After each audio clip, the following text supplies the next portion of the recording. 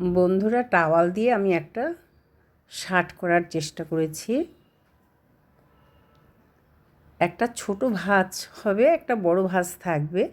এবারে দুদিককে আর কি ফোল্ড করতে হবে এইভাবে করে। যেদিকে ছোট আছে সেই দিকটা কিন্তু হাতার দিকটা যাবে, গলার দিকে। এই যে এইভাবে।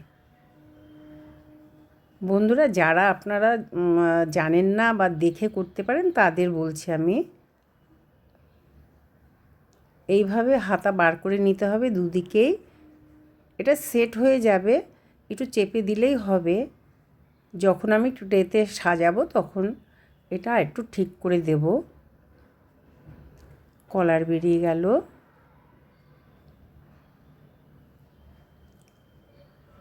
এবার বোতাম লাগিয়ে দেবো। হয়ে গেছে শার্টটা।